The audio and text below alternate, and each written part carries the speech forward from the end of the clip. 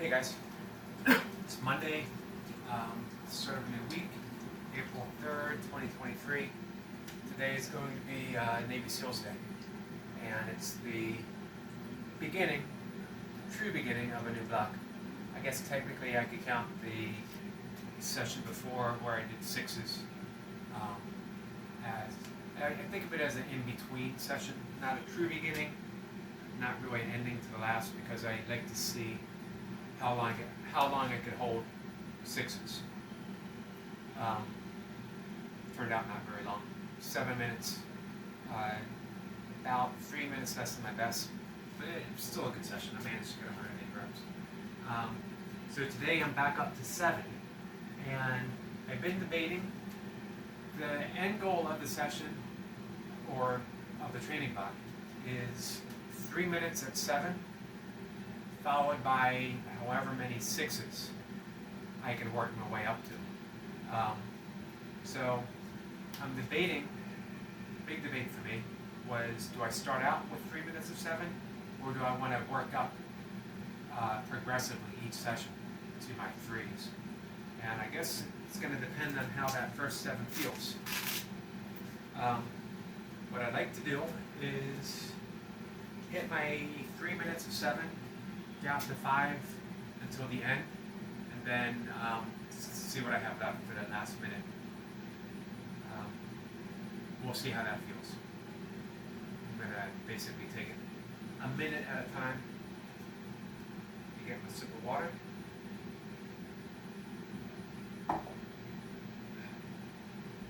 Hit the start button.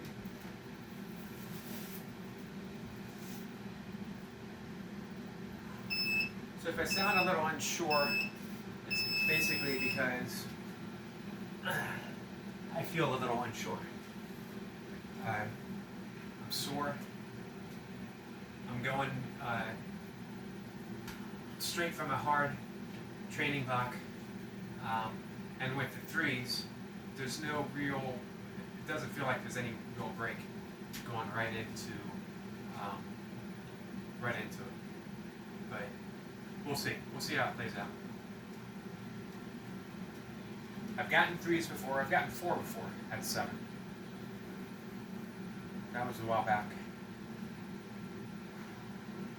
10 seconds. Head in the game.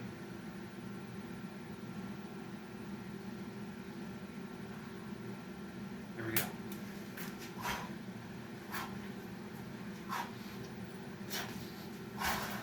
One.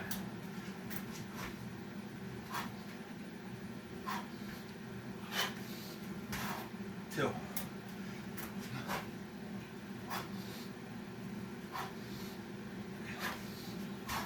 3.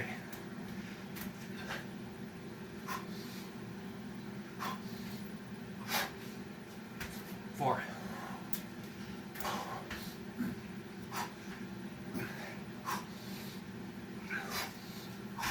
5.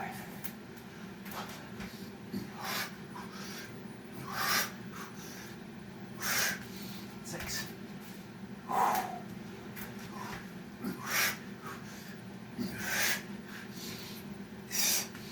7.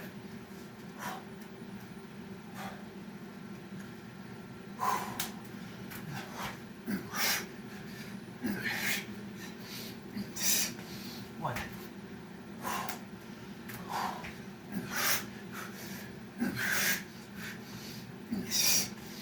2.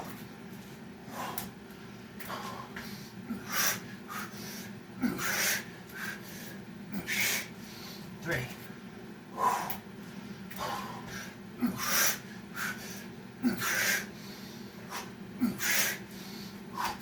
4.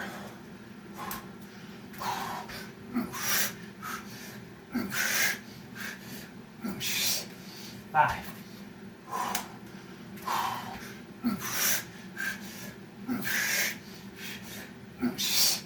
6.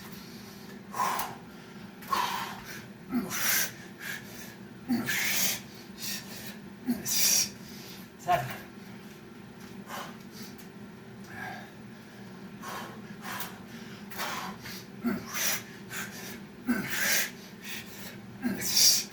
1.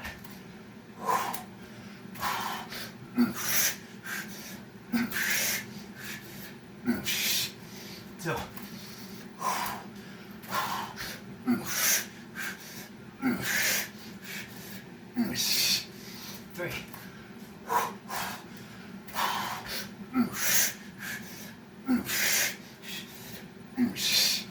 Four.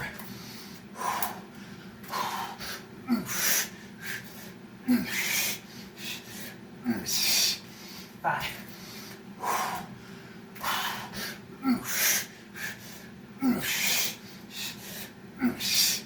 Six.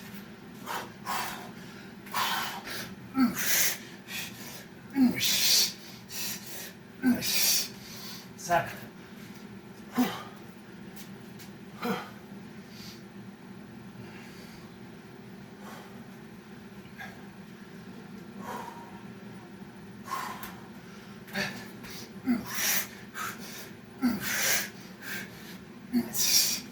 One.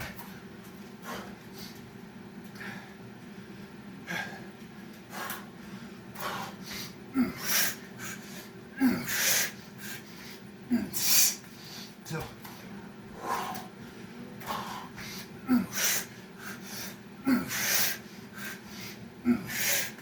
Three.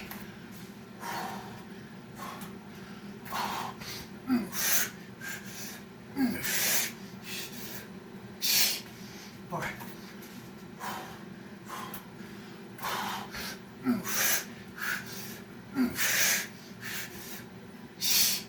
Five.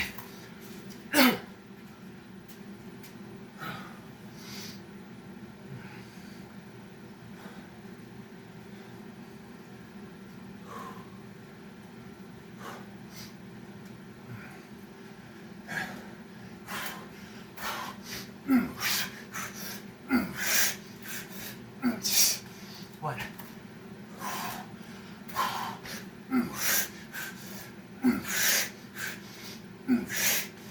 Two.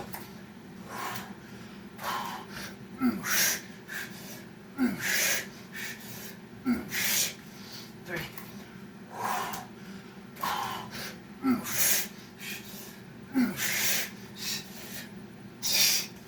Four.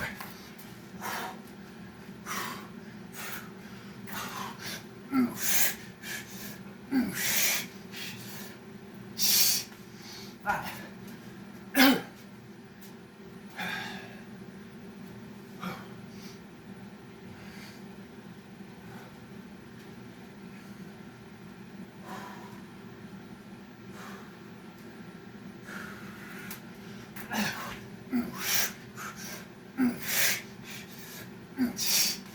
One.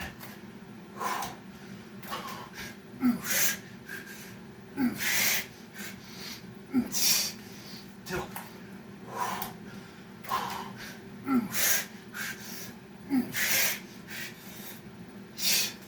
Three.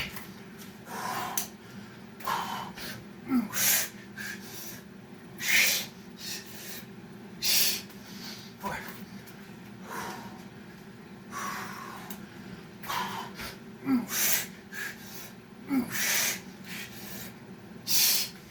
Five.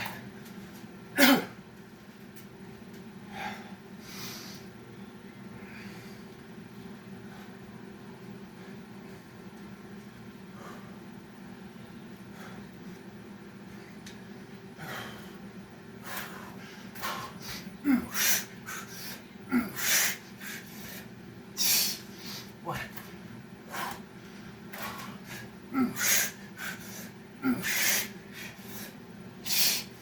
Two.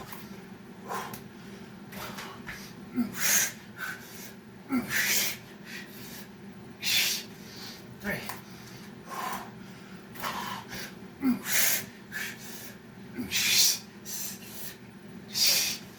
Four.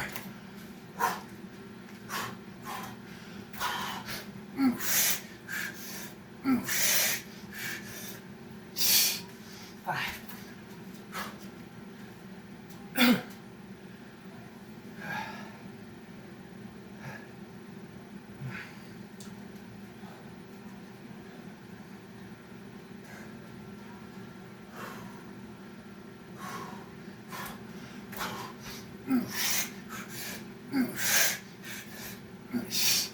One.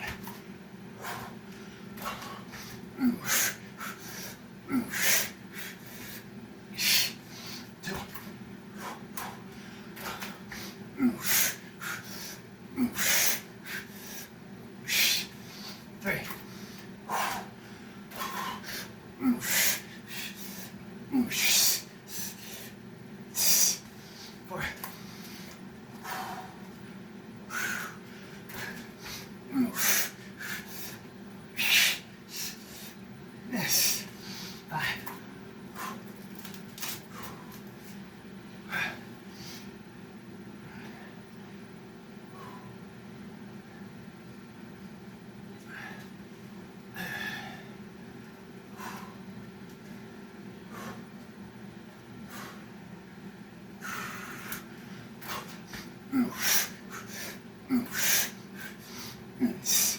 1.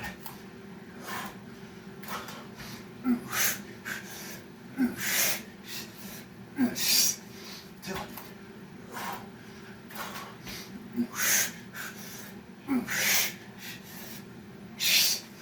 3.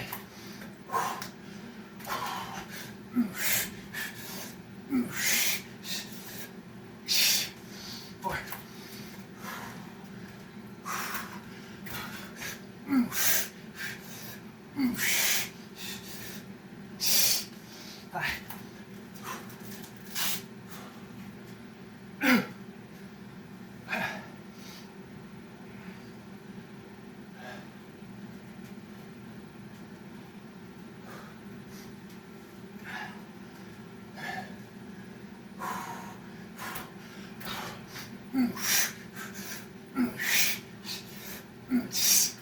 5. 1.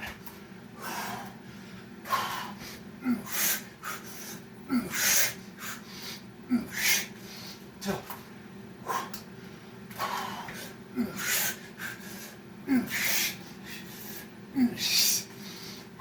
3.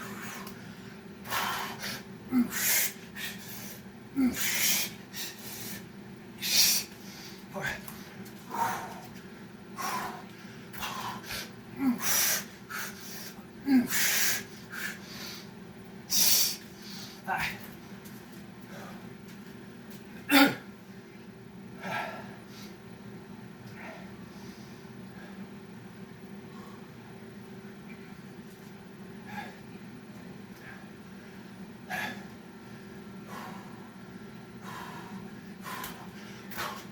5.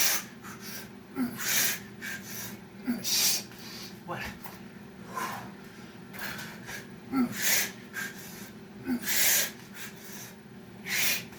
2.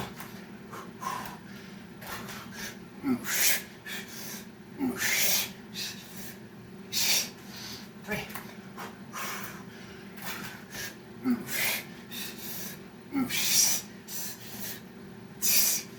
4.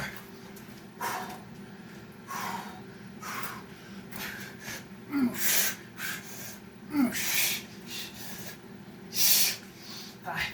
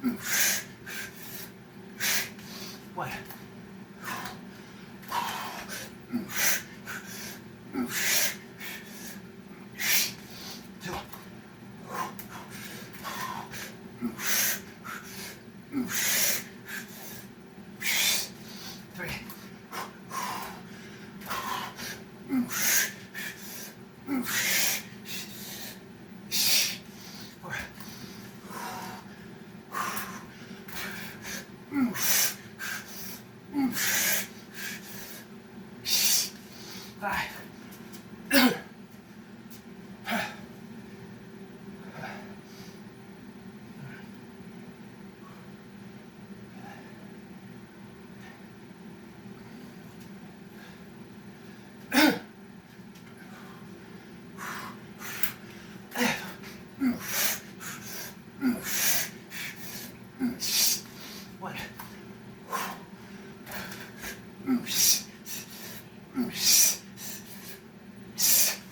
Two.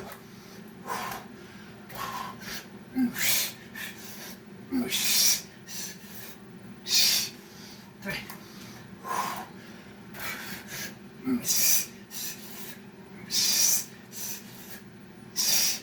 Four.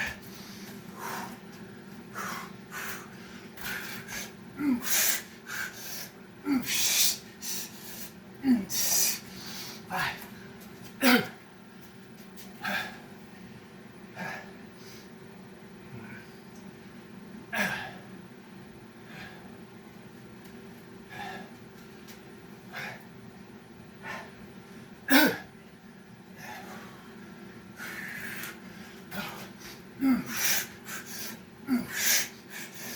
One.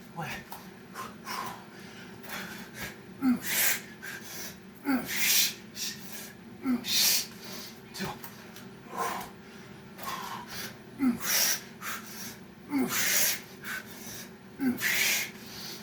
Three.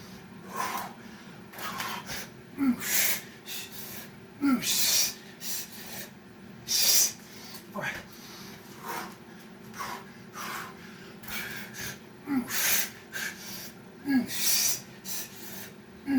Five.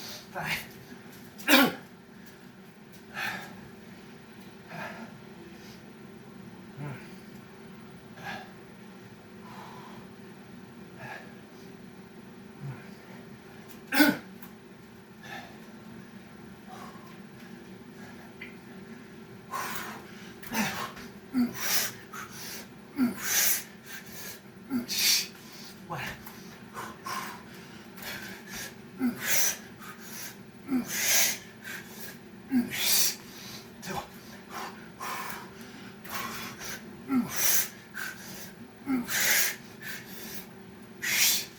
Three.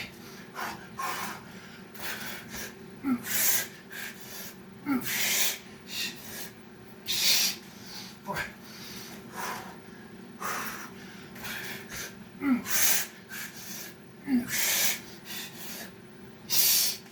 Five.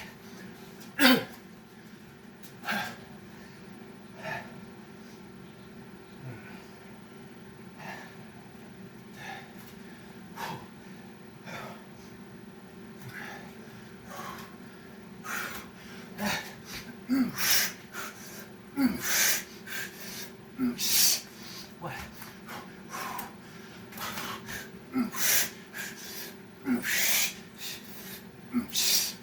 Two.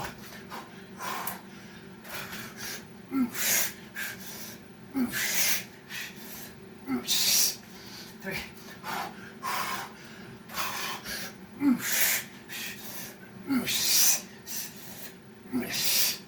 Four.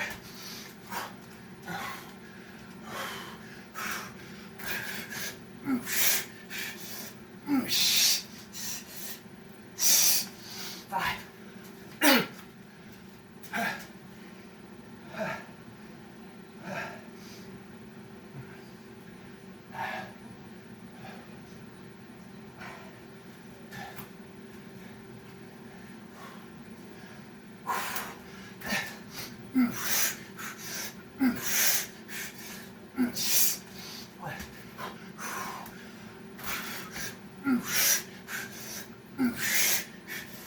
One.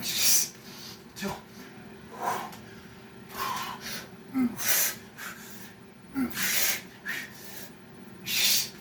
Three.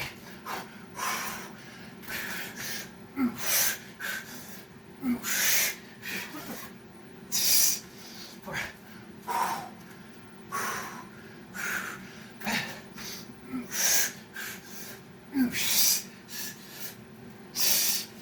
Five.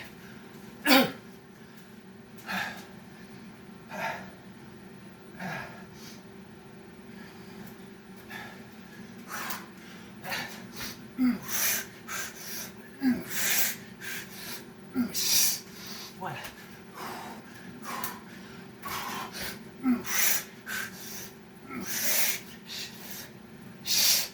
Two.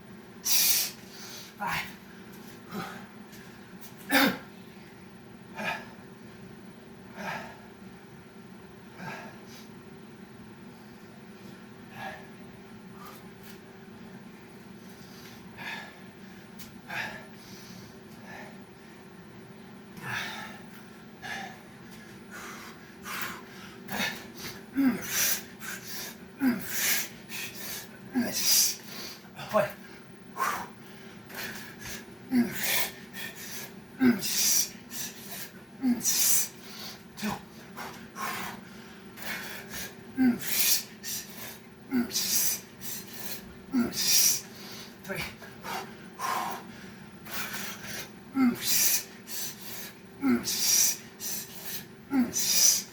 4,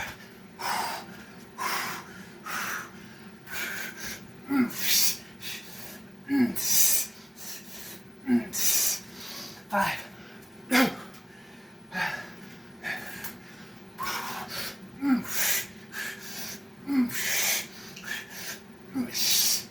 6,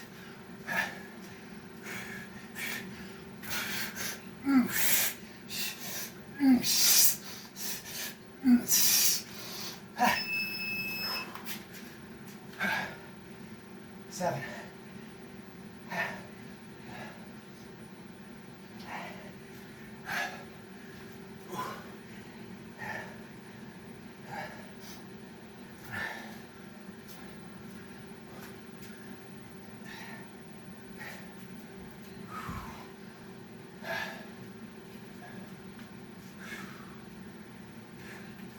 I don't need.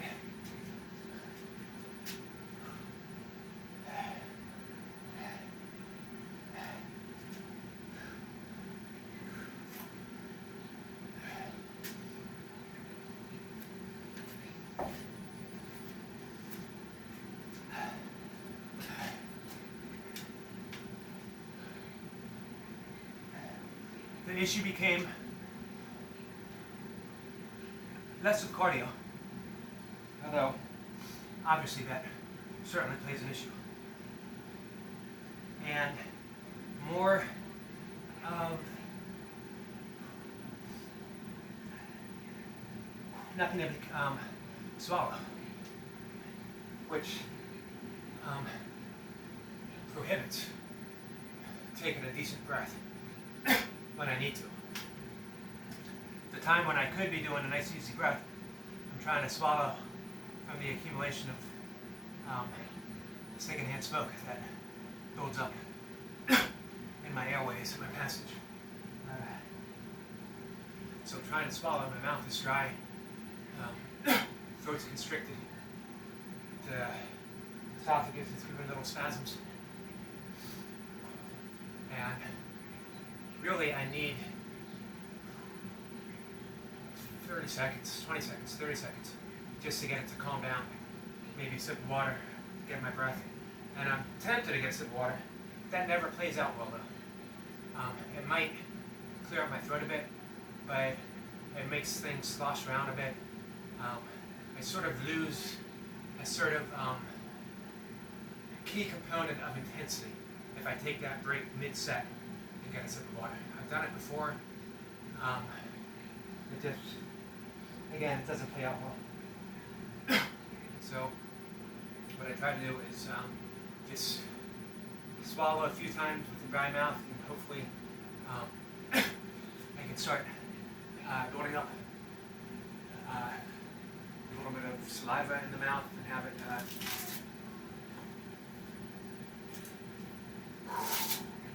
I was fortunate, I pushed a little bit harder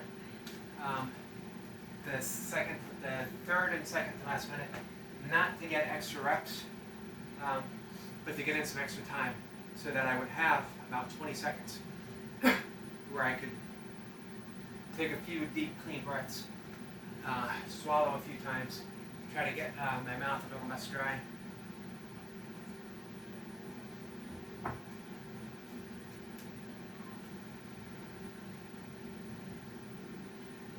Alright, I got pull-ups and dips, and I think I'm going to take it easy on my pull-ups. I did 7 down last time, which didn't feel bad. I'm just tired right now.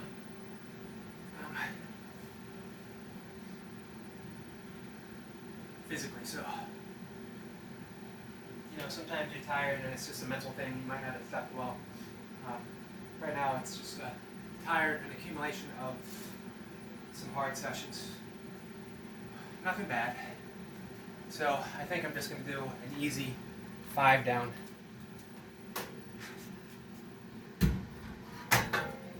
Working some dips.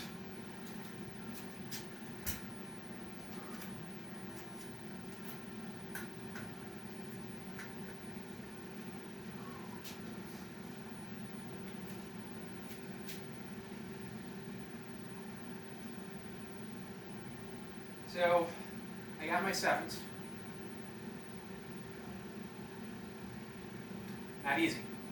Did not have any time. Excuse me. I still an issue of swallowing. I didn't have any time in between to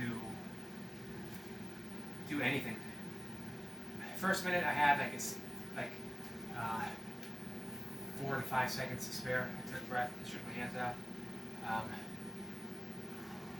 Going in from the second to third minute, there was nothing, no time at all. Sixes are going to be difficult.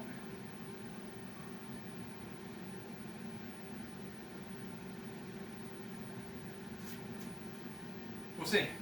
Hopefully I can work my way up to it. It's going to be a short block, probably, because my only real goal was 5 or 6 minutes of sevens and sixes.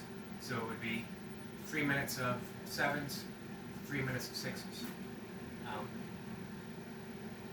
We'll see if I can get that. I don't like missing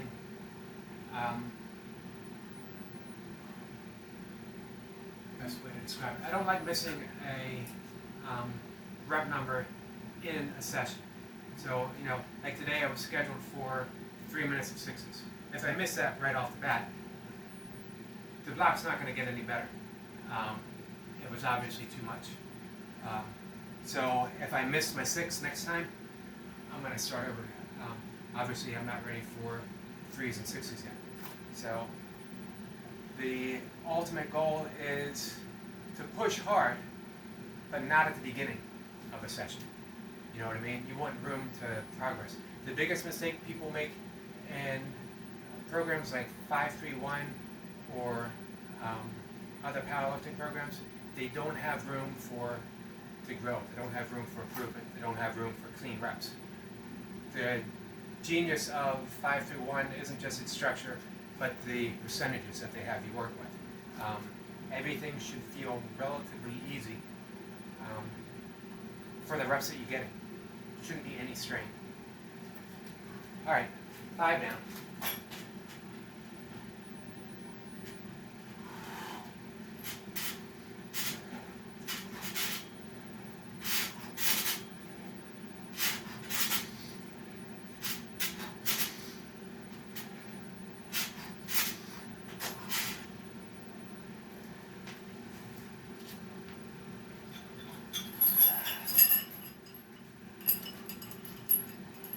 I got 7.5 on here for dips. That's what I did with pull-ups. And honestly, I don't feel like changing it for my dips. I'm just doing a couple sets of sixes or eights or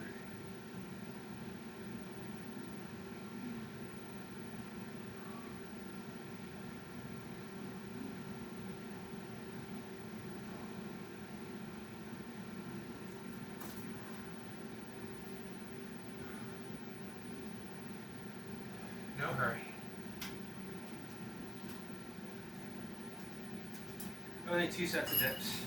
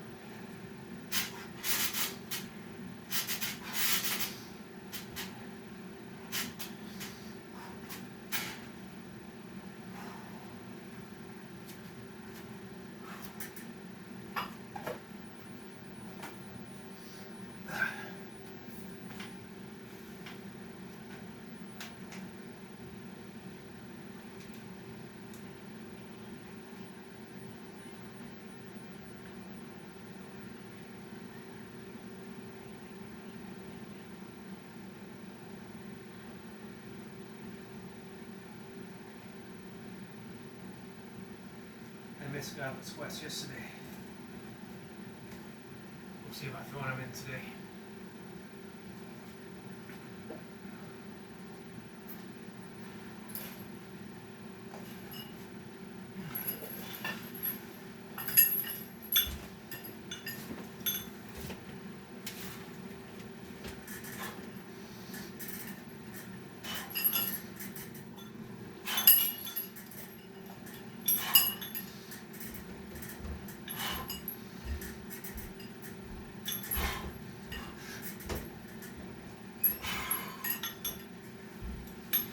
Six reps.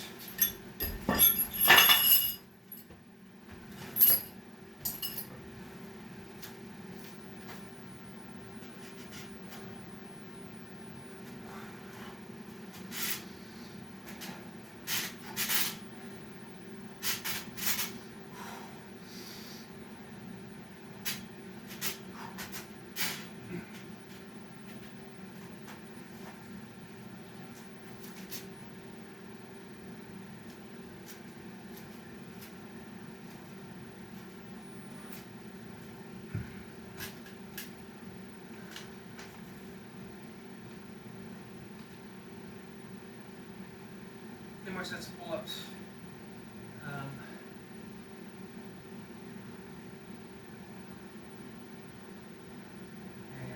let's see.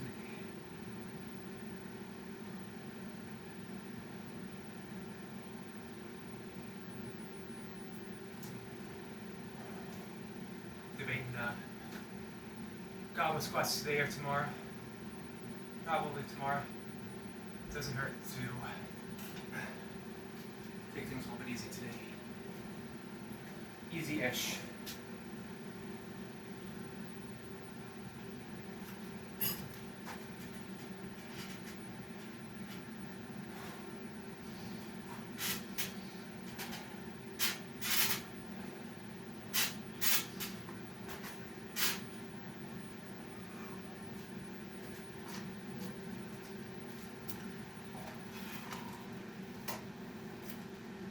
All right.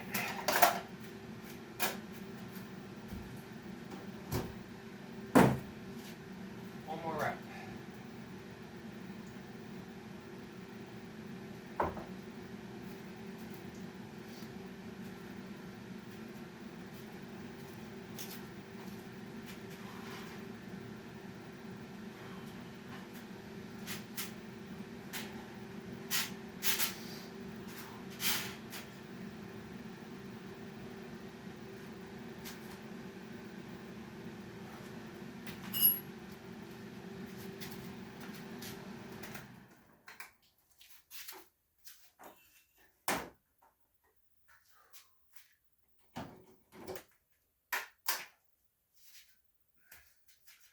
All right, I'm calling it a day.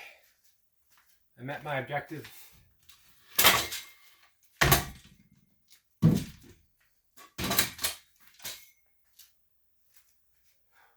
In a sense, it reminds me of an analogy by Mike Mentzer, the bodybuilder, back in the 70s, early 80s. An underrated bodybuilder, even though, you know, he's widely considered one of the greats of that era. Mr. Universe winner. I think he came in top 5 in the Olympia. Maybe even second to Frank Zane in 79. Famously lost to Arnold Schwarzenegger in 1980. Extremely unhappy with that. It was Arnold's comeback. He had been training for Conan, thought he was in decent shape. It's also probably a publicity stunt to gain attraction from bodybuilder fans to bring him out for Conan. It helps to have a reigning Mr. Olympia winner headlining a movie. Anyway, Mike Mentzer had, famously used the analogy of training. A muscle is like hitting a nail with a hammer. Once it's already in, once you've driven the nail into the plank, into the board, there's no sense hitting it over and over and over again. It's not going to do any different. Again, he was a proponent of high intensity what he termed heavy duty. And it was generally, warm up, one set, maximum effort, heavy weight, and then you move on to the next body part. I think ultimately he ended up training um, like one body part um, every few days, maybe even once a week to optimize recovery because he would train so hard. Dorian Yates in the 90s sort of resurrected that training style a little differently. He would end up doing maybe 3 sets, um, 2 medium, a little bit heavier, and then 1 all-out set. Um, obviously worked for both of them. You could make the case that the amount of um, anabolic aid that they were on certainly meant whatever kind of training they did was probably going to work. And the physiques then as and now sort of reflects that. Everyone has so many different training styles and um, outstanding results. There's got to be something um, extra going on beyond the training, beyond diet. When everything up to 90 some percent is the same, training styles, training intensity, um, and dietary effort, then genetics and extra help all come into play at that point. However, I guess that doesn't really matter. Um, I'm not trying to build muscle, although any muscle attained from your workout is a plus. Um, I'm not generally trying to get stronger in a 1 rep max approach or even multiple reps. Um,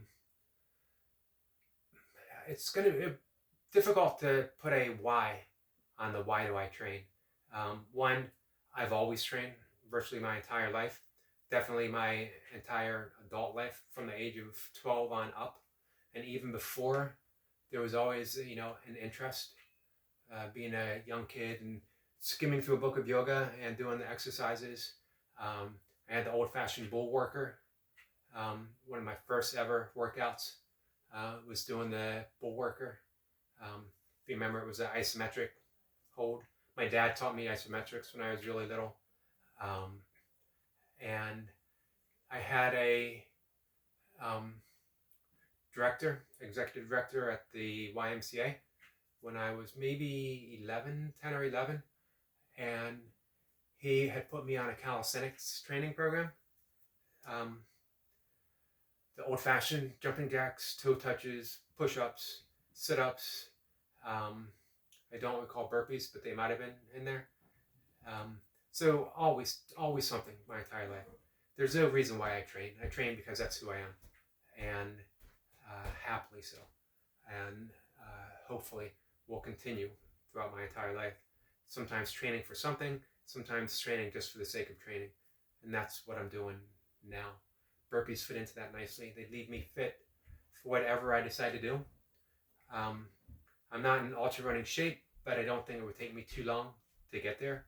Just a matter of time on my feet. I'm not in kettlebell sport training shape. I don't think it would take me long to get there. That would be a matter of sharpening my technique and regaining some strength with the key movements. Although I doubt I'd go as heavy as I used to. I'd be happy competing with the 16s or the 20s, doing some heavy work with the 24s on occasion. So all-around fitness and all-around lifestyle and being happy with how I feel, being happy with how I look. I'm not really vain, obviously, but it does fill a certain desire to look fit. I don't need to look like a bodybuilder any longer. I don't need to look like a powerlifter any longer. But I do like looking fit. I like my body to reflect my activity, to reflect my lifestyle, and to reflect my intentions. That not even my personal intention. To me, it feels as if the universe urges motion, which is really, I actually just this morning read something from Nisargadatta Maharishi, the Vedic seer from earlier in the 1900s. He passed away, I think, in 1980, 1981. And he had talked about looking beyond everything static, everything that seems permanent, to the impermanence and motion that lies behind it, to the movement that lies behind it. The universe is movement. The universe is motion. Nothing is static. Not even nothing is static. That everything is in process of becoming, of dissolving, of becoming again as something other. That's the nature of the universe. If you tune into that, you can't help but want to move. You can't help but want to be that motion, to express it in some way, to express it through sun salutation in the morning, or an early walk as the sun's starting to come up, or doing 200 plus 6 counts, or 108 Navy SEALs, or pull-ups, or dips, or whatever. And to me, the higher the rep, the more attuned I sort of feel to that. I'm not talking about, an outrageous number, but that constant steady motion just allows me to feel in tune to the motion of the universe. And paradoxically, it's the same with meditation, that by being still, I become very, very, very in tune, in touch with being in motion, being the stillness of motion and the motion of stillness. Again, it's the Heart Sutra, one not negating the other, that stillness is motion and motion is stillness. You sort of have to apply some self-inquiry to get to the bottom of that and see how it unfolds in your life. But it's well worth it to get to the point where all contradictions become a truth and every truth becomes a contradiction, because it leads to a really great sense of peace, because things don't have to be a certain way.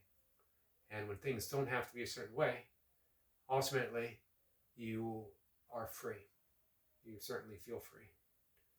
All right, guys, let's leave it there. That's a long way from Mike Mentzer to Nisargadatta Maharishi to where we are now. But hey, we got there.